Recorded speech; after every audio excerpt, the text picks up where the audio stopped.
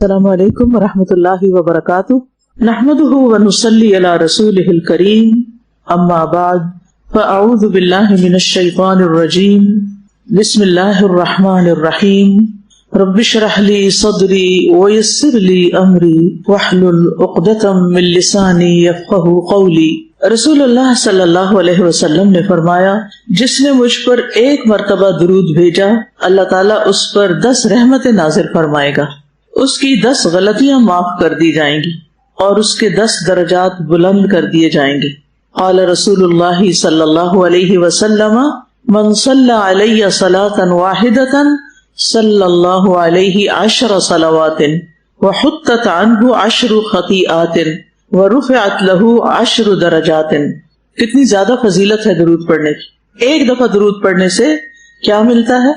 10 رحمتیں آتی ہیں اور 10 غلطیاں معاف ہوتی ہیں اور 10 درجات بلند ہوتے ہیں۔ کس قدر اس کی فضیلت ہے۔ اب یہ کہ جب کوئی بیمار ہو تو اسے اس بیماری کے علاج کے لیے درود شریف کی کثرت کر دینی چاہیے۔ نبی کریم صلی اللہ علیہ وسلم پر کثرت سے درود بھیجیں۔ پہلے ہم یہ سارے درود ایک دفعہ پڑھیں گے، پھر اس کے بعد ہم درود شریف پر بات بھی کریں گے۔ اے اللہ محمد اور آل محمد پر رحمت نازل فرما۔ اے اللہ محمد پر جو نبی امی ہیں اور آل محمد پر رحمت نازل فرما۔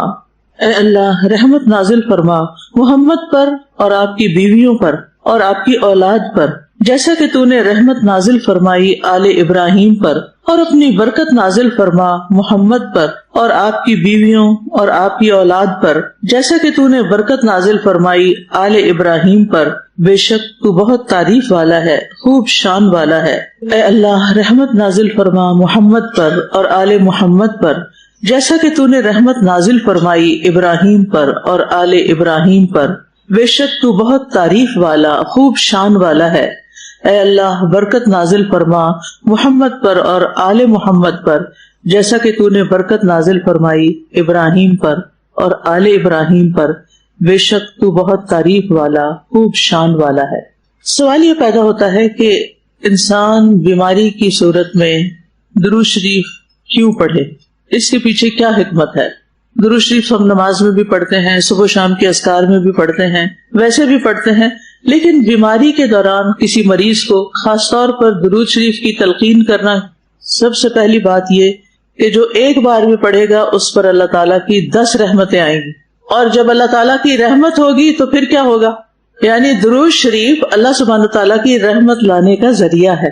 انسان سوچتا ہے نا کہ میں کوئی ایسا کام کروں جس کی وجہ سے مجھ پر اللہ تعالیٰ کی رحمت نازل ہو۔ ہم سب یہ چاہتے ہیں، ہم بولتے بھی رہتے ہیں اللہ آپ پر رحمت فرمائے، رحمہ اللہ۔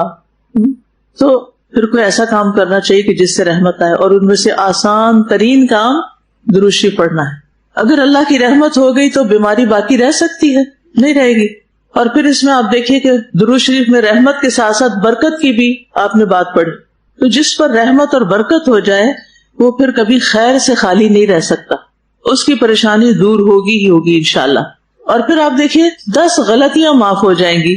اب ہماری بہت سی بیماریاں، ہمارے اوپر آنے والی مشکلات ہماری اپنی ہی غلطیوں کا نتیجہ ہوتی ہیں، تو جب ہماری غلطیاں معاف ہونے لگیں گی تو اس کا فائدہ کیا ہوگا؟ انشاءاللہ شفا ہوگی۔ ہم جس مقصد کے لیے پڑھ رہے ہیں درود شریف، وہ مقصد پورا ہوگا، اور پھر 10 درجات بلند ہوں گے۔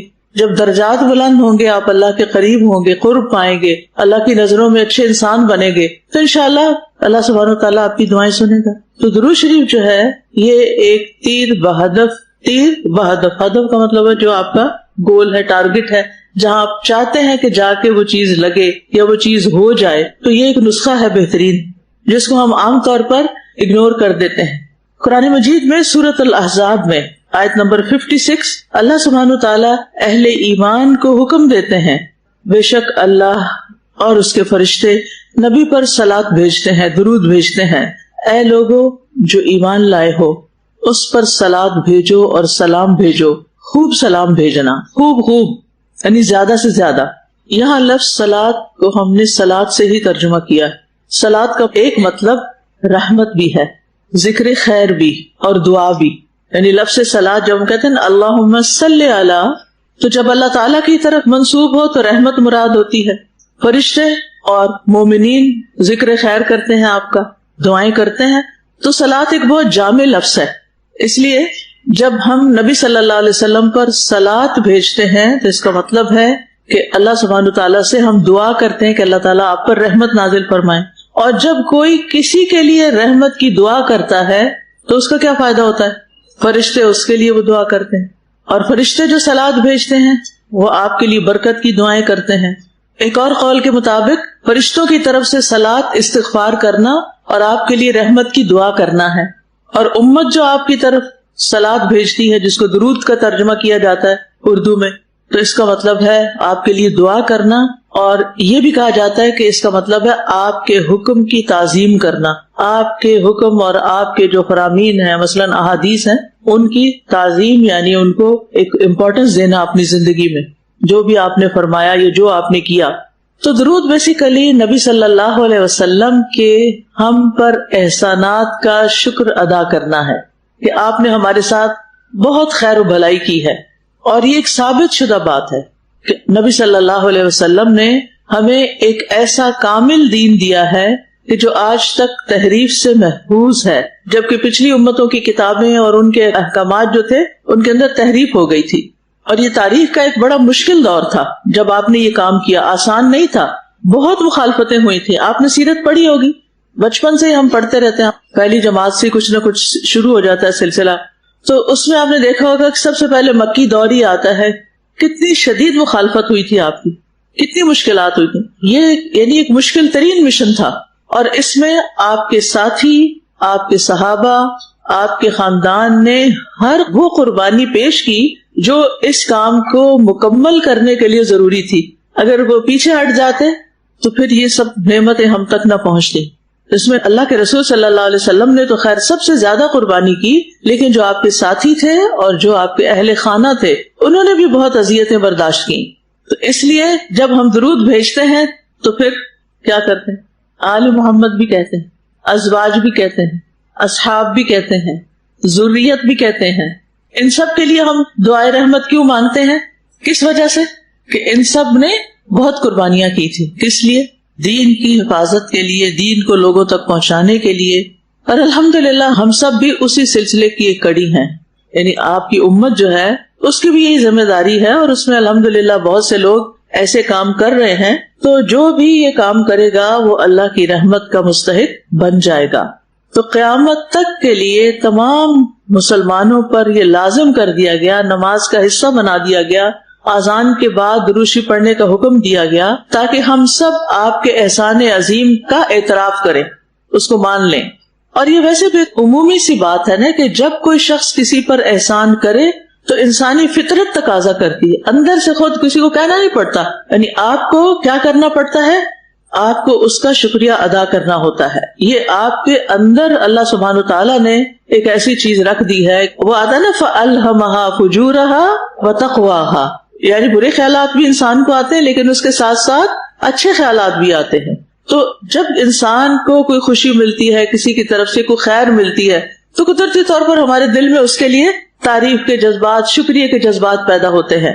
ہم چونکہ صحابہ کے بارے میں ذرا پڑھتے کم ہیں، یا آپ کے ازواج کے بارے میں ہماری معلومات کم ہیں، یا ان کی قربانیوں کے بارے میں ہم بھول جاتے ہیں، لہٰذا ہمارا درود بھی ایک بے روح سا ہو جاتا ہے. تو ان کے عظیم احسانات پر ایک فطری تقاضا ہے کہ اس پر شکر کا اظہار کیا جائے اور پھر ان کے لیے دعا کی جائے. تو درود جو ہے یہ ایک طرح سے شکر ادا کرنے کا طریقہ ہے. اور پیچھے ہم بہت پڑھ چکے ہیں کہ جو مثبت سوچ ہوتی ہے، جو شکر گزار انسان ہوتا ہے، اس کی نعمتوں میں اضافہ بھی ہوتا ہے، اس کی نعمتیں محفوظ بھی ہوتی ہیں، اور اللہ تعالیٰ اس سے محبت بھی کرتا ہے. تو درود شریف جب ہم بیماری کی حالت میں پڑھتے ہیں تو یہ شکر گزاری کی وجہ سے اور دعا کی وجہ سے اور احسان ماننے کی وجہ سے پھر ہم ایک پازیٹو سوچ کی طرف جاتے ہیں. اور اس طرح ہمیں نہ صرف یہ کہ ثواب ملتا ہے بلکہ ایک روحانی سکون بھی ملتا ہے. کیونکہ جب آپ کسی کے لیے کچھ کرتے ہیں تو کیا ہوتا ہے؟ سکون ملتا ہے یا نہیں؟ اگرچہ اس کام میں مشقت ہوتی ہے، تکلیف ہوتی ہے، ٹھیک ہے نا. مثلا آپ کسی کو پانی کا گلاس ہی بھر کے دیتے ہیں تو تھوڑی سی تکلیف تو ہوئی، لیکن جب اس شخص کی پیاس بجھتی ہے تو اس کے چہرے کے تاثرات بدلتے، اس کو دیکھ کر کیا ہوتا ہے؟ یا ایک ماں اپنے بچے کو جب کھانا کھلاتی ہے اور وہ جو مشکل ہی ہوتی ہے، یہ دودھ پلاتی ہے، کوئی بھی اس کی تکلیف دور کرتی ہے، تو تکلیف اٹھا کر آپ دوسرے کی تکلیف دور کرتے ہیں، تکلیف اٹھا کر، یعنی خود کو تکلیف میں ڈال لیتے ہیں اور اس کی تکلیف ہٹا رہے ہوتے ہیں۔ جب آپ کے اندر یہ چیز پیدا ہو جاتی ہے تو آپ رحمت کے لائق ہو جاتے ہیں، آپ قابل رحم ہو جاتے ہیں کہ آپ پر بھی اللہ تعالیٰ رحم فرمائے۔ ٹھیک ہے، تو ہم جب درود شریف پڑھتے ہیں تو اس سے پھر نیکیاں بھی ہمیں ملتی ہیں، گناہ بھی معاف ہوتے ہیں، درجے بھی بلند ہوتے ہیں، اور رحمت اور برکت بھی آتی ہے۔ تو درود شریف کا پڑھنا اور سوچ سمجھ کر پڑھنا یہ دراصل دل کو سکون دیتا ہے، روح کو طاقت بخشتا ہے، اور ایک اور فائدہ بھی ہے، اور وہ ہے دعاؤں کی قبولیت ہوتی ہے۔ یعنی جب آپ شفا کی دعاؤں کی کتاب مثلاً آپ پڑھنے لگے ہیں کسی مریض کے پاس، یا مریض خود پڑھ رہا ہے، تو سب سے پہلے آپ تسبیح پڑھیں گے، اس کے بعد کیا کریں گے؟ درود شریف پڑھیں گے، اور اس طرح آپ کے لیے قبولیت کا راستہ کھل جائے گا۔ ٹھیک ہے نا، اور پھر اس کے بعد یہ ہے کہ آپ کے دکھ درد دور ہونے لگیں گے۔ امام ابن القیم رحمہ اللہ فرماتے ہیں کہ درود شریف پڑھنے سے دل زندہ ہوتا ہے، غم دور ہوتے ہیں، برکت آتی ہے، اور بیماریوں سے شفا ملتی ہے۔ تو گویا درود شفا کا ذریعہ ہے۔ اور اگر آپ تھوڑا سا اہتمام کچھ اور چیزوں کا بھی کر لیں، اور وہ کیا ہے کہ آپ دعائیں پڑھنے لگے ہیں، خاص طور پر مریض پر پڑھنے لگے ہیں، یا خود بیمار ہے پڑھنے لگے ہیں، وضو کر لیں، وضو نہیں ہو سکتا تیمم کر لیں، دل میں شفا کا یقین رکھیں کہ میں یہ کام جو کرنے لگا ہوں اس کا نتیجہ نکلنے والا ہے، اور پھر دعاؤں کی ابتدا اور انتہا دونوں طرف آپ کیا کریں؟ درود پڑھیں، اور پھر درود کو پورے شعور کے ساتھ، محبت کے ساتھ پڑھیں، جن کے لیے دعا کر رہے ہیں ان کے احسانات کو یاد کر کے پڑھیں، تو انشاءاللہ آپ دیکھیں گے کہ بہت جلد فائدہ ہوگا۔ اور جب ہم درود پڑھتے ہیں تو کیا ہوتا ہے؟ ہم درود پڑھتے ہیں، فرشتے ہمارے لیے دعا شروع کر دیتے ہیں، اور برکتیں نازل ہونے لگتی ہیں، اور ہم انشاءاللہ آخرت میں پھر نبی صلی اللہ علیہ وسلم کی سفارش کے مستحق بھی ہوں گے۔ حضرت حسین بن علی رضی اللہ عنہ سے مروی ہے کہ رسول اللہ صلی اللہ علیہ وسلم نے فرمایا، جس کے پاس میرا ذکر کیا گیا اور وہ مجھ پر درود بھیجنا بھول گیا، وہ جنت کے راستے سے بھٹک گیا۔ تو اس سے کیا پتہ چلتا ہے کہ گویا درود کا پڑھنا، اور خاص طور پر اگر کسی مجلس میں نبی صلی اللہ علیہ وسلم کا ذکر ہو رہا ہو تو وہاں پڑھنا کیا ہے؟ جنت کی طرف جانے کا راستہ ہے۔ اور جو درود نہ پڑھے تو اس کے لیے دوری ہے، رسوائی ہے۔ ایک دفعہ نبی صلی اللہ علیہ وسلم ممبر پر تشریف لے جا رہے تھے، ایک سیڑھی چڑھے تو آپ نے فرمایا آمین، 3 دفعہ آپ نے آمین فرمایا ہر سٹیپ پر چڑھتے ہوئے۔ تو پھر آپ نے فرمایا کہ میرے پاس جبریل آئے تھے اور فرمایا، اے محمد، جس نے رمضان کا مہینہ پایا پھر اس کی بخشش نہ ہو سکی، اللہ تعالیٰ اس کو اپنی رحمت سے دور کر دے۔ تو میں نے کہا آمین۔ فرمایا، جس نے اپنے والدین میں دونوں یا ایک کو پایا اور پھر آگ میں داخل ہوا، اللہ اس کو اپنی رحمت سے دور کرے۔ میں نے کہا آمین۔ پھر فرمایا، جس کے سامنے آپ کا ذکر کیا گیا اور اس نے آپ پر درود نہیں پڑھا تو اللہ اس کو بھی اپنی رحمت سے دور کر دے۔ تو گویا پڑھنا رحمت لانے کا ذریعہ ہے، اور آپ کا ذکر آنے پر نہ پڑھنا رحمت سے دوری کا ذریعہ ہے۔ اور دعا کرنے والے جبریل علیہ السلام ہیں، اور آمین کہنے والے نبی صلی اللہ علیہ وسلم ہیں۔ ایک اور روایت میں آتا ہے، وہ شخص رسوا ہوا جس کے سامنے آپ کا ذکر کیا گیا اور اس نے آپ پر درود نہیں پڑھا۔ ٹھیک ہے، امام ابن قیم نے درود شریف پڑھنے کے 39 فوائد ذکر کیے ہیں، 39 فائدے۔ آپ نے کچھ فائدے تو سنے ہیں، اس کے علاوہ بھی کچھ فائدے ہیں، ان کی کتابوں میں اس کا تذکرہ ملتا ہے۔ تو بہرحال بات یہی ہے کہ جو درود پڑھے گا وہ پریشانیوں سے نجات پائے گا۔ ایک شخص نے عرض کیا، اے اللہ کے رسول، کیا میں اپنی دعا کا 1/3 تہائی حصہ آپ پر درود پڑھنے کے لیے مقرر کر دوں؟ یعنی جتنی دیر میں دعا مانگتا ہوں، مثلا 9 منٹ مانگتا ہوں تو 3 منٹ صرف درود ہی پڑھتا رہوں؟ آپ نے فرمایا ہاں، اگر تم چاہو۔ اس نے کہا کیا 2/3 کروں، یعنی 6 منٹ پڑھ لوں؟ آپ نے یہ مثال دے رہی ہوں، اس نے 6 منٹ کی بات نہیں تھی وہاں، پھر بات سمجھانے کے لیے بات کریں۔ آپ نے فرمایا ہاں، اگر تم چاہو۔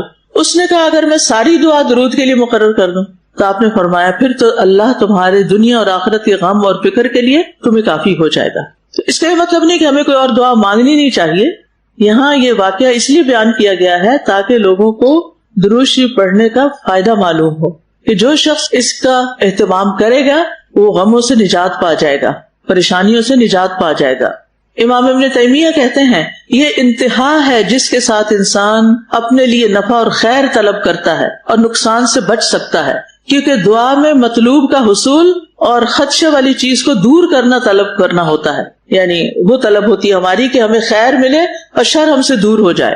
اور پھر آپ دیکھیے کہ صرف گن گن کے درود نہیں پڑھنا چاہیے، بلکہ چلتے پھرتے اٹھتے بیٹھتے جب بھی خیال آئے آپ درود پڑھ سکتے ہیں. اور بیماری میں تو اور کوئی کام کرنا نہیں ہوتا تو اس وقت زیادہ سے زیادہ اہتمام کیا جائے. اور ویسے بھی ہم بارہا یہ بات کر چکے ہیں کہ دعا پڑھنا، ذکر کرنا، تسبیح پڑھنا، تحمید پڑھنا، تکبیر پڑھنا، اللہ کی بڑائی بیان کرنا، یہ ساری کی ساری چیزیں انسان کی ذہنی اور جسمانی صحت پر مثبت اثر ڈالتی ہیں. یہ سارے اذکار انسان کے لیے شفا کا ذریعہ بنتے ہیں، کیونکہ ان اذکار کے ذریعے انسان کو جو سکون اور سکینت حاصل ہوتی ہے اس سے انسان کے ذہنی دباؤ میں کمی واقع ہوتی ہے. انسان ریلیکس ہونے لگتا ہے، اس کا امیون سسٹم اسٹرانگ ہونے لگتا ہے. اور پھر ریسرچ یہ بھی کہتی ہے، یہ ہارورڈ یونیورسٹی کی ریسرچ ہے، کرنے والا اس کا نام بینسن ہے. وہ کہتا ہے کہ روزانہ مخصوص الفاظ یا جملے دہرانے سے، ریپیٹ کرتے رہنے سے دماغ میں ریلیکسیشن رسپانس پیدا ہوتا ہے جو بیماریوں کی شدت کو کم کرتا ہے. اب یہ تو ہمارے دین نے ہمیں سکھایا یہ 3 دفعہ پڑھ لو، یہ 33 دفعہ پڑھ لو، یہ 100 دفعہ پڑھ لو، یہ 7 دفعہ پڑھ لو. تو ان لوگوں تو اب ریسرچ سے بات پتہ چل رہی ہے، اور ہمارے لیے تو ہمارے نبی نے بہت پہلے یہ چیزیں ہمیں دے دی تھی. یہ نعمتیں ہیں، یہ علم نعمت ہے جو ہمیں قرآن و سنت کے ذریعے ملا.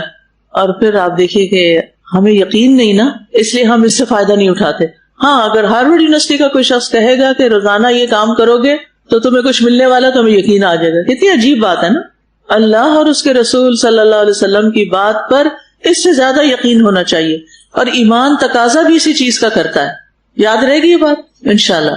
وَمَنْ أَصْدَقُ مِنَ اللَّهِ حَدِيثًا، اللہ سے بڑھ کر کسی کی بات سچی نہیں، اور الصادق الامین سے بڑھ کر کسی کی بات سچی نہیں. بس یقین بڑھانے کی ضرورت ہے. اسی طرح یونیورسٹی آف کیلیفورنیا کی ایک ریسرچ کے مطابق ڈپریشن، بے-چینی اور درد کی شدت شکر گزاری اور روحانی رویوں سے کم ہو جاتی. یعنی جو شخص شکر گزار ہوتا ہے، اور روحانی رویے سے مراد یعنی کوئی روحانی طریقے کچھ پڑھنے کے، اور یعنی ریلیجس کی بجائے انہوں نے نا آلٹرنیٹ ٹرمز استعمال کر لی ہیں. میڈیٹیشن کبھی کہتے ہیں اور کبھی اسی طرح کی اور چیزیں. لیکن ہمارے نزدیک کیا ہے؟ اذکار. ہم ان کو کیا کہیں گے؟ اذکار کرنے سے، دعائیں پڑھنے سے، اللہ سبحانہ تعالیٰ کے بارے میں اچھا گمان رکھنے سے انسان کو ذہنی سکون ملتا ہے، اس کی بے چینی اور تکلیف دور ہوتی ہے. ایک اور تحقیق کے مطابق مسلسل دینی اذکار کا عمل کرنے والوں میں بیماری سے جلد صحت یابی کی شرح زیادہ دیکھی گئی. وہ دوسرے مریضوں کے مقابلے میں جلد صحت یاب ہوئے. اسی طرح کہا جاتا ہے کہ EEG یہ الیکٹرانک وے ہے ایک دماغ کی لہروں کو جاننے کا، اس کے مطالعے سے یعنی وہ کچھ انسٹرومنٹس وغیرہ لگا دیتے ہیں اور پھر اسکرین پہ دیکھتے ہیں اور سنواتے ہیں کچھ، اور پھر دیکھتے ہیں کہ کیا چینجز آ رہی ہیں برین ویوز میں. تو وہ کہتے ہیں کہ ذکر اور دعا کے دوران دماغ کی الفا ویوز ہوتی ہیں جو سکون اور فوکس کی علامت ہوتی ہیں، ان میں اضافہ ہو جاتا ہے. ٹھیک ہے، تو مطلب یہ باتیں کرنے کا یہ ہے کہ یہ بات تحقیق سے بھی اب ثابت شدہ ہے جو ہمیں وحی الہی کے ذریعے مفت میں مل گئی تھی. تو خلاصہ یہی ہے کہ ہم کیا کریں؟ پوری توجہ کے ساتھ، مثبت سوچ کے ساتھ کہ اس کا فائدہ ہونا ہے، دل جمعی کے ساتھ، خوشی کے ساتھ اذکار کریں، درود شریف پڑھیں. اور ویسے ہمیں تاکید بھی کی گئی ہے، نبی صلی اللہ علیہ وسلم نے فرمایا جس کے پاس میرا ذکر کیا گیا وہ ضرور مجھ پر درود بھیجے. لیکن کچھ لوگ نبی صلی اللہ علیہ وسلم کا ذکر کرتے ہیں تو پھر نبی سلم کہہ دیتے ہیں. کیا ایسا کہنا چاہیے؟ نہیں، پورا درود پڑھنا چاہیے صلی اللہ علیہ وسلم. یہ پورا درود ہے، پوری دعا ہے، کمپلیٹ سینٹنس ہے. اسی طرح اللہم صلی وسلم وبارک علی محمد، اس میں صلاۃ بھی، سلام بھی اور برکت کی دعا بھی تینوں آ گئے. جملہ چھوٹا سا ہے، ایسے بھی پڑھ سکتے. عام طور پر مقرر حضرات خطبوں میں بھی پڑھتے ہیں اس کو، اور ویسے بھی دعائیں پڑھنے سے پہلے اس کو پڑھا جائے گا، اور خصوصاً اذان سننے کے بعد بھی اس کا اہتمام کرنا چاہیے. دنوں میں جمعے کا دن اور رات دونوں اس کام کے لیے مخصوص ہیں. نبی صلی اللہ علیہ وسلم نے فرمایا جمعہ کے دن اور رات کو کثرت سے مجھ پر درود پڑھا کرو. اور دوسری روایت میں آتا ہے مجھ پر جمعے والے دن کثرت سے درود پڑھا کرو، کیونکہ ابھی میرے پاس جبریل علیہ السلام اپنے رب عز و جل کے پاس سے آئے تھے کہ اللہ تعالیٰ نے فرمایا کہ روئے زمین پر جو مسلمان بھی آپ پر ایک بار درود پڑے گا تو میں اور میرے فرشتے اس پر 10 بار رحمت کریں گے. یعنی اللہ تعالیٰ رحمت بھیجیں گے اور فرشتے رحمت کی دعا کریں گے. ٹھیک ہے، اس لیے مختلف مواقع پر درود کا اہتمام کرنا چاہیے. امام سفیان ثوری کہتے ہیں اگر حدیث پڑھنے والے کو کوئی اور فائدہ نہ بھی ہو تو اس کو یہ فائدہ ضرور حاصل ہوتا ہے کہ وہ رسول اللہ صلی اللہ علیہ وسلم پر درود بھیجتا رہتا ہے. جب تک وہ حدیث کی کتاب پڑھتا رہتا ہے اس پر اللہ کی رحمت نازل ہوتی رہتی ہے.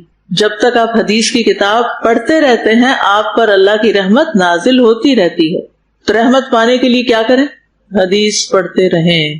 ضروری نہیں کہ کورس میں کوئی کتاب ہو تو پھر ہی پڑھیں, اس کے علاوہ بھی طریقے سوچیں کہ آپ کیا پڑھ سکتے ہیں. حدیث کی کوئی بھی کتاب آپ شروع کر لیں, 2 حدیثیں ہی روز پڑھ لیں, 3 پڑھ لیں, علم وحی میں اضافہ ہوگا, برکتیں نازل ہوں گی.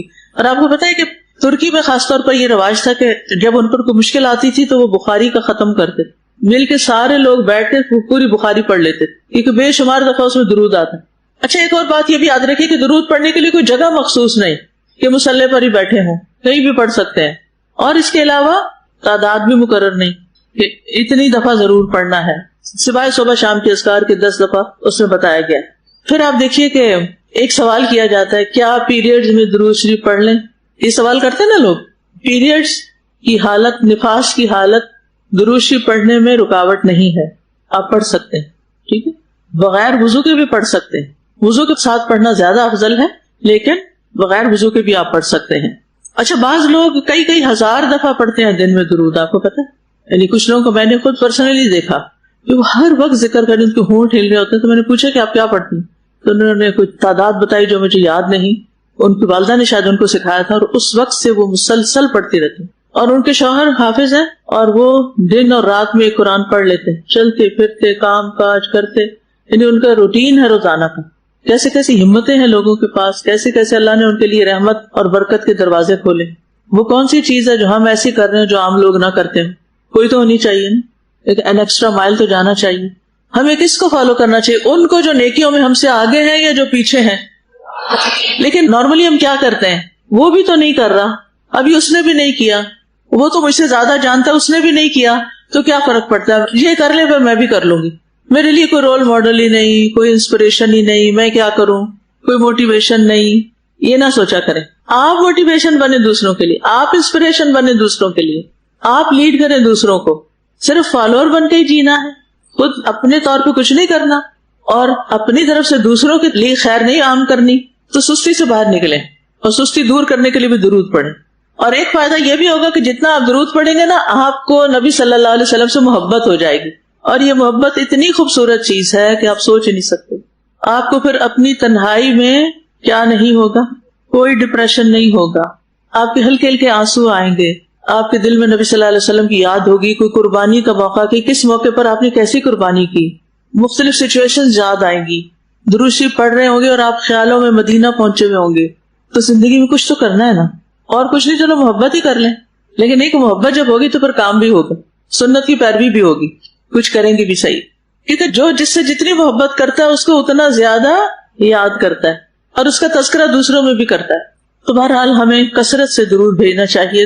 پیاری استاذہ, قرآن میں اللہ تعالیٰ فرماتے ہیں نا, وَرَفَعْنَا لَكَ ذِكْرَكَ, ہم نے آپ کے ذکر کو بلند کر دیا. لیکن آپ سوچیں کہ وہ ذکر بلند کیسے ہوا. مسلسل قربانیاں دی, مسلسل صحابہ کی ٹریننگ کی اور کوئی تبدیلی کے نعرے نہیں لگائے. خاموشی سے ان کے دلوں کو بدل دیا. اور دل بھی ان کے ایسے بدلے استاذہ کہ دین ان کے لیے کوئی پارٹ ٹائم جاب نہیں تھا. صحابہ کے لیے دین ان کا پیشن تھا, ان کا ویژن تھا, ان کا مشن تھا. تو بہت ہی خوبصورت قربانیاں ہیں جو رسول اللہ صلی اللہ علیہ وسلم نے ہمارے لیے کی. پھر آپ دیکھیں نا, وَلَقَدْ آتَيْنَاهُ أَجْرَهُ فِي الدُّنْيَا, نبی صلی اللہ علیہ وسلم کے ساتھ حضرت ابراہیم کی چونکہ قربانیاں بہت زیادہ, ان کے خاندان کی قربانیاں, ان کا بھی اجر اللہ نے دنیا میں ان کو دیا. یہ درود شریف پڑھنا نبی صلی اللہ علیہ وسلم کے لیے دنیا میں ان کو ملنے والا اجر ہے, اور رفعنا لک ذکرک جو ہے یہ دنیا میں ملنے والا اجر ہے. استاذہ آپ نے بات کی نا کہ کس طریقے سے ہماری نیند میں افیکٹ ہوتا ہے, تو I was thinking and I was relating, اس طرح ہمارے دین نے ہمیں رات کی بھی روٹین سکھا دی ہے. کیونکہ الفا اسٹیٹ میں جانے کے لیے بھی آپ کو کچھ چیزیں کرنی پڑتی ہیں. نیند کے لیے الفا اسٹیٹ ہونا بہت ضروری ہے. اکثر لوگ رات کو کیفین لے لیتے ہیں, چائے پی کے سو جاتے ہیں, اندیش سے کہ ہمیں نیند آ جاتی ہے. ٹھیک ہے, آ جاتی ہے نیند کچھ لوگوں کو چائے پی کے, مگر وہ الفا اسٹیٹ ریچ نہیں کر پاتے, اور پھر صبح اٹھ کے وہ تھکے ہوئے, اور کمر میں درد ہے, شولڈرز میں درد ہے. تو آئی واز ونڈرنگ کہ کس طرح ہماری رات کی روٹین ہے کہ جس میں ہم نے رات کے عشاء کے بعد کہتے ہیں کہ سو جانا چاہیے, آخری کام عشاء ہونا چاہیے, پھر اذکار ہیں, پھر سورہ بقرہ کی آخری آیات ہیں, پھر سورہ ملک ہے, یہ قرآن کا ذکر ہے سارا نا. تو ذکر آٹومیٹکلی ہماری اسٹیٹ کو بھی چینج کر دیتا ہے, دل کی بھی اور برین کی بھی فریکوینسی کو تبدیل کر دیتا ہے, اور اتنا آسان طریقہ ہے ہماری الفا اسٹیٹ میں جانے کا, تو جو کہ ہمارے دین نے ہمیں سکھا دیا. ثواب کا ثواب ساتھ, یعنی آرام بھی فرما رہے ہیں، سکون بھی آ رہا ہے، اور آپ اجر بھی کما رہے ہیں، درجات بلند ہوئے چلے جا رہے ہیں۔ سلطان صلاح الدین ایوبی بڑا مشہور، آپ سب جانتے ہیں، صلیبی جنگوں کا ہیرو، اور بہت بڑے فاتح تھے اور بہت اچھے مسلمان بھی تھے، تو بہت سخت مارکے پیش آتے تھے۔ یونائٹڈ فورسز یورپ سے آ جاتی تھی، اور بڑے بڑے اس وقت کے ٹاپ کنگز اور نائٹس سارے یورپ سے آتے، اور اتنے اتنے مشہور بہادر جیسے رچرڈ دی لائن ان کا نام آتا ہے ہسٹری میں، اتنے لوگوں کو فیس کرنا، اور ان کے ساتھ تو ایک لمیٹڈ فورس تھی، اور ان کی جو حکومت تھی اس وقت مصر اور بعد میں دمشق تک چلی گئی، دیٹ از آل۔ لیکن ان کا ایک بس پکا وعدہ تھا کہ میں نے اسلام کی زمین کو اسلام کے لیے خالص کروانا غیر مذاہب سے، اور انہیں کا مشہور وہ جو جنگ ہے بیت المقدس کی بھی تھی، تو فائنلی انہوں نے پھر اس کو دوبارہ فتح کیا تھا۔ پہلے تو عمر رضی اللہ تعالیٰ عنہ کے ٹائم پہ ہوا تھا، پھر واپس چلا گیا کرسچنس کے ہاتھوں میں۔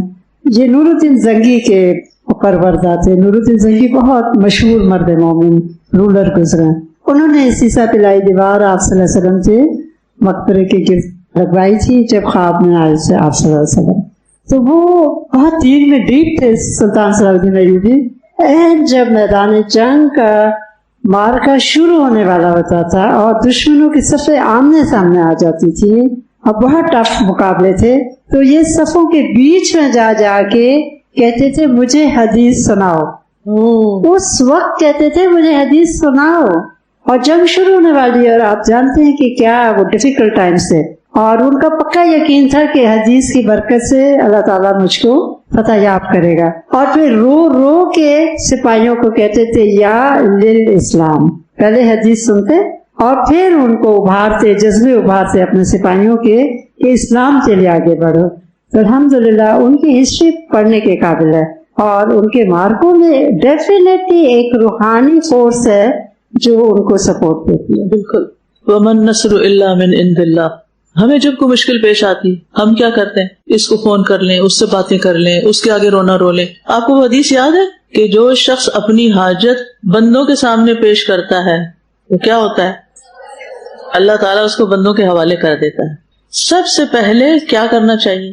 اللہ کی طرف رجوع، اللہ کی طرف جانا چاہیے، اور پھر اس کے بعد آپ دیکھیں کہ اللہ تعالیٰ آپ کے لیے رستے کھولے گا، اسباب پیدا کرے گا، آپ مشورہ کریں گے لوگوں سے، کئی چیزیں پھر انسان ایفرٹس کرتا ہے ساتھ، کیونکہ رزق تو اللہ دیتا ہے مگر کوشش بندے کو کرنی پڑتی۔ اور اس کی آپ دیکھیں سادہ سی مثال کیا ہے کہ بچہ جب پیدا ہوتا ہے تو اس کا رزق ماں کے سینے میں اترتا ہے، تو کیا ایسے ہی وہ اس کے منہ میں چلا جاتا ہے؟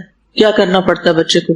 بہت اسٹرگل کرنی پڑتی ہے، اور دودھ چوسنے میں بہت مشقت ہوتی ہے۔ وہ بوٹل کا دودھ نہیں ہوتا کہ وہ اکٹھا بھرا ہوا ہے کہیں، اور وہ تو رگ رگ سے کھینچ کے آ رہا ہوتا ہے، اور وہ سخت کرتا ہے، اور پھر اس کے بعد اس ماتھے میں پسینہ آ جاتا ہے، اور ماں بھی مشقت، اور یعنی ایک پوری اسٹرگل ہوتی ہے، ایک مرحلہ ہوتا ہے۔ ولادت کا مرحلہ الگ ہوتا ہے، دودھ پلانے کا ایک الگ ہی قصہ ہوتا ہے۔ اللہ سبحانہ تعالیٰ نے تو انسان کو مشقت میں پیدا کیا ہے نا، تو محنت کے بغیر تو کچھ نہیں۔ اسباب تو اختیار کرنے ہیں، لیکن اس کے ساتھ کیا کرنا ہے؟ اللہ تعالیٰ سے مدد مانگنی، اللہ کی طرف رجوع کرنا ہے۔ اب درود شریف پکا کر لینا، آپ کہیں گے اتنی ساری چیزیں پکی کراتی جا رہی ہیں، اس کے بعد باقی دعائیں آپ پھر جیسے جیسے ضرورت ہو تو آپ پڑھتے جائیں، لیکن تسبیح اور درود شریف، اللہ تعالیٰ کی حمد و ثنا اور درود شریف، یہ تو زندگی کا لازمی جز ہو جانا چاہیے۔ یہ چیزیں بائی چانس نہیں ہوتی، ان کے پیچھے بھی کوئی دعا ہوتی ہے، کوئی تمنا ہوتی ہے، کوئی تڑپ، کوئی شوق اور کوئی جذبہ ہوتا ہے کہ یہ چیز ہمیں نصیب ہو جائے۔ اپنے جو شوق ہے نا اور جذبے ہیں، یعنی کیا زندگی میں پیشن کے بغیر تو انسان مردہ ہے، کچھ نہ کچھ شوق ضرور ہونے چاہیے، لیکن افسوس کہ ہمارے شوق دنیا کی گھٹیا چیزوں تک رہ گئے۔ اپنے آپ سے سوال کریں، مجھے سب سے زیادہ کس چیز کا شوق؟ کوئی آپ سے پوچھے، رینڈم پوچھ لے، کیا شوق ہے آپ کا؟ حضرت عمر رضی اللہ عنہ اپنے صحابہ سے اس طرح کے سوال کیا کرتے تھے کہ اپنی کوئی تمنا بتاؤ، کوئی شوق بتاؤ، اور وہ شوق بھی صحابہ کے دیکھنے والے تھے کہ کیسے کیسے شوق تھے۔ اور یہ چیز تو یہ جو حدیث پڑھنے والی بات ہے نا، یہ بڑی یاد کرا دی آپ نے الحمدللہ۔ میں جو پی ایچ ڈی کر رہی تھی تو اس میں ایک میں نے یہ واقعہ پڑھا تھا کہ صلاح الدین ایوبی باقاعدہ محدثین کی مجلس میں جا کے خود بیٹھ کے، یعنی بادشاہ ہوتے ہوئے خود جا کے حدیث کی مجلس میں بیٹھ کے حدیث سنا کرتا تھا۔ ایک تو نا جنگ کے موقع پر کہتا تھا اور سناؤ مجھے، اور ایک یہ کہ جب عام حالات ہوتے تھے تو مجالس حدیث میں حاضر ہوتا تھا۔ یعنی انسان ایسے مقام پر پہنچ جائے جہاں اتنی عزت ہو اس کی، اور پھر اتنی عاجزی کہ علم کی مجلسوں سے محبت اور علم کی مجالس میں بیٹھنے کا شوق، اور وہ بھی حدیث کی مجالس. اور اس چیز کو پرسنلی میں نے ایکسپیرینس کیا. میں نے جب بھی حدیث پڑھائی میرے اندر ایک عجب طرح کی خوشی اور اطمینان اور سکون اور ایک ناقابل بیان میری کیفیت ہو جاتی. یعنی قرآن مجید پڑھنے سے ایک اپنی الگ سکینت ہوتی ہے، لیکن حدیث پڑھنے کی ایک اور ہی خوشی ہوتی ہے. ابھی لیٹلی میں نے جو ریاض الصالحین پڑھائی ہے تھورولی انجوائے کیا ہے. تو اپنی زندگی میں حدیث شامل کر لیں. ٹھیک ہے، یہ چھوٹی چھوٹی کتابیں ہیں ہمارے پاس حدیث کی، 100 احادیث اور قال رسول اللہ، حسن اخلاق، اور بھی اس کے علاوہ آپ دیکھیں اور اداروں کی بھی اچھی حدیث کی کتابیں ہوں گی، بچوں کے لیے بھی حدیث کی کتابیں ہیں. تو آپ کے مطالعے میں کوئی نہ کوئی چیز رہنی چاہیے اس میں سے. بلکہ آپ ایسے کریں کہ وہ حدیث کی کتاب لے لیں اور اپنے گھر میں اپنے گھر کا سرکل کریں، اپنے بچوں کے ساتھ، اپنے بہن بھائیوں کے ساتھ، اپنے والدین میں سے کسی کے ساتھ ہر روز مل کے ایک حدیث پڑھ لیں. پتہ نہیں کتنی آفتیں دور ہو جائیں جو ہمیں پتہ بھی نہ ہو. اور انشاءاللہ اب ایک کورس نیا لانچ کیا جا رہا ہے، قراءۃ الحدیث. کیونکہ یہ حدیث کی قراءت، ایک تو نا قرآن مجید کی قراءت وہ الگ علم ہے، اور ایک ہوتا ہے حدیث کی قراءت. اس میں بہت ٹیکنیکلٹیز تو نہیں ہے، لیکن ابھی تک مدارس میں اور پہلے زمانے میں بھی محدثین جو تھے یا خود پڑھتے تھے، قراءت کرتے تھے، یا پھر ان کو پڑھ کے سنائی جاتی تھی. یعنی حدیث کو باقاعدہ اچھی آواز میں، بلند آواز میں اور اچھے طریقے سے پڑھنے کا مسلسل ایک رواج رہا ہے. اور اس سنت کو انشاءاللہ ہم زندہ کرنے جا رہے ہیں کہ ہمارے طالبات کو حدیث کی عربی پڑھنا آئے. یہ علم کا ایک بنیادی حصہ ہے، اس کے بغیر آپ علم والے نہیں کہلا سکتے، آپ سچے طالب علم نہیں ہیں. اگر آپ حدیث پڑھا رہے ہیں، خالی ترجمے پڑھا رہے ہیں تو بات نہیں بنتی. عربی حدیث پڑھنی آنی چاہیے. ٹھیک ہے نا؟ تو انشاءاللہ ابھی تو آپ ظاہر قرآن پہ فوکس کیے ہوئے ہیں یا تجوید پہ فوکس کیے ہوئے ہیں، لیکن اس کے بعد جب حدیث کورس جو لوگ ہیں اس وقت حدیث کورس میں، یا پھر یہ کہ آئندہ انشاءاللہ جو لوگ کریں گے، تو یہ صرف کورس کی حد تک نہ رہے بلکہ زندگی کا ایک حصہ بن جائے. حدیث جو ہے وہ حکمت ہے، اور نبی صلی اللہ علیہ وسلم نے یہ حکمت سکھائی ہے. حکمت کیا ہوتی ہے کہ انسان زندگی میں کسی معاملے کو کس طرح کرے، کسی کام کو کیسے انجام دے، لوگوں سے ڈیل کرنے کا طریقہ، اپنے آپ کو سمجھنے کا ذریعہ، بے شمار انگنت فوائد ہیں. چلیے درود پڑھتے ہیں ہم. اے اللہ محمد اور آل محمد پر رحمت نازل فرما. اللہم صلی علی محمد.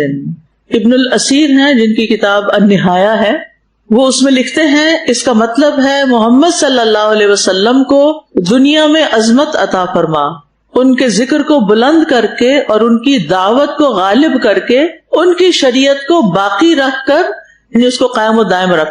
تو صلی علی محمد کا کیا مطلب ہوگا کہ آپ کو عظمت بھی ملے، بلندی ملے، آپ کا ذکر بلند ہو، آپ جو پیغام لے کر آئے وہ سارے ادیان پر غالب ہو، آپ کی شریعت باقی رہے اور آپ کا ذکر خیر بھی باقی رہے، اور آخرت میں ان کی امت کے بارے میں ان کی سفارش کو قبول کر کے ان کے اجر و ثواب کو دگنا کر دے. ایک اور قول یہ ہے کہ جب اللہ تعالیٰ نے ہمیں حکم دیا کہ ہم آپ پر صلاۃ پڑھیں اور ہم اس کی واجب مقدار تک نہیں پہنچ سکتے تھے تو ہم نے اس کو اللہ تعالیٰ کے حوالے کر دیا. یعنی جب ہم حق نہیں ادا کر سکتے تھے درود پڑھنے کا تو ہم نے کیا کیا، اللہ تعالیٰ آپ ہی یہ رحمت بھیجیں. ہم تو دعائیں رحمت کرتے ہیں لیکن اس دعا کا بھی حق ادا نہیں کر سکتے، تو یا اللہ آپ ان پر جس کے وہ مستحق ہیں اپنی رحمت بھیجیں. یعنی اللہم صلی علی محمد کا مطلب ہے اللہ تعالیٰ آپ ایسا کر دیں، یعنی اے اللہ تو محمد صلی اللہ علیہ وسلم پر درود بھیج، کیونکہ تو ہی خوب جانتا ہے کہ ان کے شایان شان کتنا درود ہونا چاہیے. یعنی ہم نہیں اندازہ لگا سکتے کہ ان پہ کتنی رحمتیں ہونی چاہیے. آپ کو پتا ہے کہ وہ کتنی رحمت کے مستحق ہیں، اور آپ تو بذات خود رحمت للعالمین تھے. اور اسی طرح آل محمد سے مراد کیا ہے، اس میں آ رہا ہے نا پہلے درود میں اللہم صلی علی محمد وعلی آل محمد. آل محمد سے مراد آپ کے اہل بیت ہیں. ایک اور قول کے مطابق اس سے مراد آپ کے صحابہ اور وہ لوگ جو آپ پر ایمان لائے. اور لغت کے اعتبار سے آل کا لفظ ان تمام پر آتا ہے، آپ کے اہل بیت پر بھی اور آپ کے صحابہ پر بھی اور آپ پر ایمان لانے والوں پر بھی. یعنی عموماً آل کا مطلب ہوتا ہے انسان کے اہل و عیال، اس کے فالوورز، اس کے دوست وغیرہ، یعنی جو اس سے متعلقین ہیں. اور یہ ایسے موقع پر استعمال ہوتا ہے جہاں عزت و شرف کو ظاہر کرنا مقصود ہوتا ہے، یعنی خاص قسم کے لوگوں کے ساتھ آل کا لفظ لگتا ہے. آپ نے لفظ آل الشیخ سنا؟ نہیں سنا؟ کتاب التوحید کا پتہ کس کی لکھی ہوئی؟ نہیں پتا. محمد بن عبد الوہاب کی، جن کے ماننے والوں کو لوگ کیا کہتے ہیں، یہ سب کو پتا ہے، یہ اچھی طرح پتا ہے. وہابی کا پتا ہے اور محمد بن عبد الوہاب کا نہیں پتا. ان کا نہیں پتا نا، اسی لیے پھر وہ وہابی کو برا سمجھتے ہیں. اگر ان کا پتا چل جائے کہ انہوں نے کیا کیا اور وہ کون تھے تو وہابی لفظ کی نفرت آپ کے دل سے نکل جائے. ان کے جو آل اولاد ہے نا اس کو آل الشیخ کہتے ہیں، اور یہ پورا کنبہ قبیلہ ہے سعودی عرب میں. اور جس بندے کے نام کے ساتھ آل الشیخ لگ جاتا ہے نا اس کو بہت عزت دی جاتی ہے. پھر یعنی کہیں بھی اگر کسی دفتر میں کوئی جائے اور اپنا کارڈ دکھائے نام کے ساتھ آل الشیخ لگا ہوا ہے تو وہ اس کو رسپیکٹ دیں گے. تو آل کا لفظ جب کسی خاص شخصیت کے ساتھ لگتا ہے تو وہ دراصل اس کو فلاں کی آل، یعنی آپ اس سے تعلق رکھتے ہیں، آپ اس کی آل ہیں. تو ہم آل شیخ تو نہیں، لیکن کیا ہیں؟ آل محمد صلی اللہ علیہ وسلم. اگر ہم آپ پر سچے دل سے ایمان لائے ہیں اور آپ کی پیروی کرتے ہیں، ٹھیک ہے، اور اس سے مراد آپ کی تمام امت بھی لی جاتی ہے جس کو امت اجابت کہا جاتا ہے. آپ کی امت دو طرح کی ہے. آپ آخری نبی ہیں نا، قیامت تک آنے والے تمام انسان آپ کی امت ہیں، لیکن وہ دو قسم کے ہیں. ایک ہے امت اجابت، وہ کون ہے؟ جنہوں نے آپ کی دعوت قبول کر لی یعنی مسلمان. اور دوسرے ہیں امت دعوت، جن کو اسلام کی دعوت دی جائے گی، وہ مانے یا نہ مانے. یعنی اس زمین پر ہر انسان اور ہر جن، نبی صلی اللہ علیہ وسلم ان دونوں کے لیے کیا ہے؟ ان دونوں کی طرف رسول بنا کر بھیجے گئے. وما ارسلناک الا رحمتا للعالمین. اور پھر انا ارسلناک للناس رسولا، اور کافتا للناس کا لفظ بھی آتا ہے سب لوگوں کے لیے. اس میں بھی دراصل درود ہی بھیجا گیا ہے، صرف نبی صلی اللہ علیہ وسلم کے نام کے ساتھ امی کا لفظ استعمال کیا گیا ہے، باقی چیز وہی ہے. 2 دفعہ آ رہا ہے نا، اللہم صلی علی محمد وعلی آل محمد. آپ کا نام 2 دفعہ آیا لیکن آپ کو النبی الامی کہا گیا. یہاں امی کون ہوتا ہے؟ امی کا لفظ ام سے ہے. ام کس کو کہتے ہیں؟ ماں. یعنی جس کے علم کا مبلغ اس کے والدین ہی ہو، اس نے کسی اور استاد سے نہ سیکھا ہو. اور یہ حدیث جو ہے یہ عقبہ بن عمر رضی اللہ عنہ سے روایت کی گئی ہے. آپ صلی اللہ علیہ وسلم کے بھی کئی ایک نام ہیں، ان میں سے ایک نام یہ بھی ہے امی، کہ آپ پڑھے لکھے نہیں تھے لیکن اس کے باوجود دنیا کے سب پڑھے لکھوں کو پڑھا دیا. یہ علم آپ کو اللہ کی طرف سے دیا گیا تھا اور یہ آپ کا شرف ہے، عیب نہیں ہے، شرف ہے. اے اللہ رحمت نازل فرما محمد پر اور آپ کی بیویوں پر اور آپ کی اولاد پر، جیسا کہ تو نے رحمت نازل فرمائی آل ابراہیم پر، اور اپنی برکت نازل فرما محمد پر اور آپ کی بیویوں اور آپ کی اولاد پر، جیسا کہ تو نے برکت نازل فرمائی آل ابراہیم پر، بے شک تو بہت تعریف والا خوب شان والا ہے. یہ صحیح بخاری کی روایت ہے، حدیث کا نمبر 3369 ہے. اب ابو حمید الساعدی رضی اللہ عنہ سے روایت ہے کہ صحابہ کرام نے عرض کیا، اے اللہ کے رسول، ہم آپ پر درود کیسے پڑھیں؟ تو آپ نے فرمایا اس طرح کہا کرو، اور آپ نے یہ درود خود سکھایا. اے اللہ رحمت نازل فرما محمد پر اور آل محمد پر، جیسا کہ تو نے رحمت نازل فرمائی ابراہیم پر اور آل ابراہیم پر، بے شک تو بہت تعریف والا خوب شان والا ہے.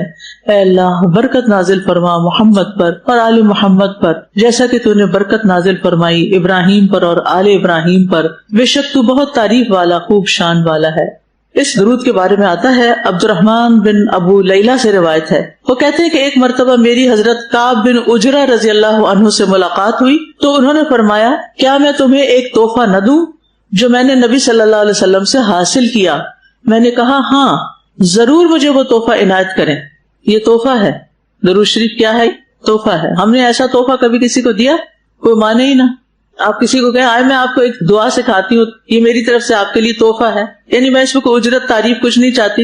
مجھے یاد ہے کہ جب میں چھوٹی تھی، پتہ نہیں کلاس میں ٹاپ کیا یا قرآن کا کوئی سپارہ ختم کیا، مجھے اوکیزن یاد نہیں، تو سب بہت خوش ہوئے کہ بڑا اچھا کارنامہ کیا ہے، اور کہنے لگے کہ اب اس کو کوئی تحفہ ملنا چاہیے. تو میں انتظار کرنے لگی کہ مجھے کیا ملتا ہے، انعام کون سا ملتا ہے، تحفہ کون سا ملتا ہے، لیکن ملا کچھ نہیں. انتظار کر رہی تھی تو میں نے اپنے والد سے پوچھا تو کہنے لگے کہ تحفہ تو تنکے کا بھی تحفہ ہوتا ہے. اصل میں ہر موقع پہ ہماری تربیت کرتے. جس دن میرا PhD کا رزلٹ نکلا تو میں نے فون کیا تو کہنے لگے بہت خوشی کی بات ہے، لیکن اس سے زیادہ خوشی ہے کہ آپ نے حج کر لیا اس دوران. یعنی وہ یہ نہیں کہ کوئی چھوٹا سا کوئی کام کیا تو ہمیں بہت تعریف کرے. آج کل کے والدین کیا کرتے ہیں، بچے نکمے بھی ہو تو تعریفوں کے پل باندھے رکھتے ہیں تاکہ یہ ہم سے خوش رہے، کسی طرح ہمیں تنگ نہ کریں تاکہ ہم اپنی اسکرین پہ بیٹھے رہیں. بچوں سے جان چھڑاتے ہیں. تو تربیت کے اپنے اپنے انداز ہوتے ہیں. تو اس دن سے وہ تنکے والی بات تو مجھے کبھی بھولی ہی نہیں نا، کہ تنکا بھی تحفہ ہوتا ہے یا انعام ہوتا ہے. یعنی اصل چیز کوئی مادی چیز نہیں ہوتی، آپ کو جو اکنالجمنٹ ملتی ہے کہ ہاں آپ نے یہ اچیو کر لیا، یہی کافی ہے. تو بہرحال وہ تحفہ کیا تھا؟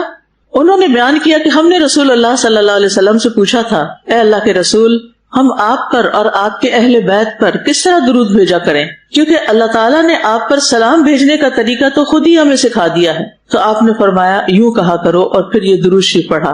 تو اس میں آپ دیکھیے ایک درود شریف میں باقی تو صلات ہی ہے آپ پر اور آپ کے آل پر، اور پھر جیسے ابراہیم علیہ السلام پر اور ان کی آل پر تھی. نئی چیز جو ہے وہ انکا حمید مجید ہے، اور پھر اللہ مبارک بھی ہے، برکت کی بات بھی ہے.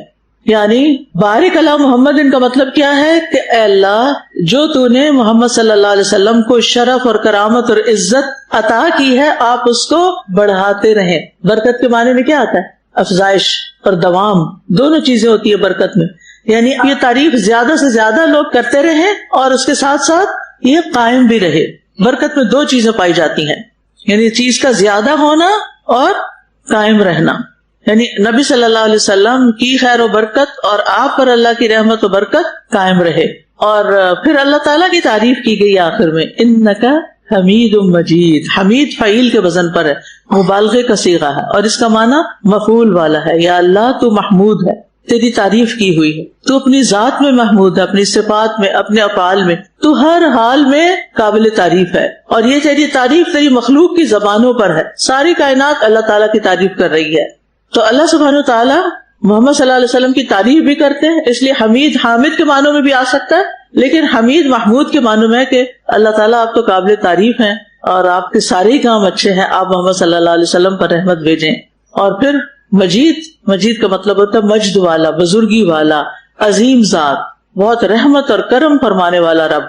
ٹھیک ہے، تو آج عام دنوں سے ذرا زیادہ درود شریف پڑھیے. ٹھیک ہے، اور یہ جیسے انہوں نے مشورہ دیا نا، روٹی پکاتے ہوئے پڑھ لیں، سالن بناتے ہوئے پڑھ لیں، تو آپ بھی اپنی زندگی کی روٹین دیکھیں، کس روٹین میں کس کام کے ساتھ آپ نے درود پڑھتے رہنا ہے. وآخر دعوانا ان الحمد للہ رب العالمین. سبحانک اللہم وبحمدک، اشہد ان لا الہ الا انت، استغفرک واتوب الیک.